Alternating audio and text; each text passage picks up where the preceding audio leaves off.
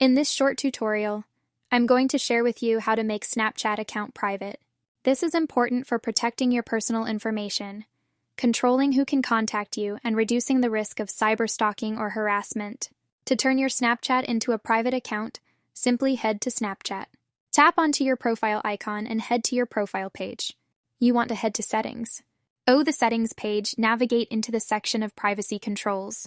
You will then head to the option of See Me and Find Friends. Now make sure to disable this option. Once everything is set, get back to your profile page. Head to Public Profile. Tap on the Settings gear icon. Navigate to the option of Clear Public Profile.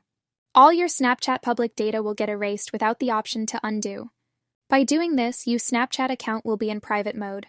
And if someone among your friends doesn't mention or share your profile, it will be very hard for others to find you on Snapchat, yet you are active. Well, that's how easy it is to make Snapchat account private. And if you find this video helpful, please consider subscribing to our channel for more informative tutorials like this one.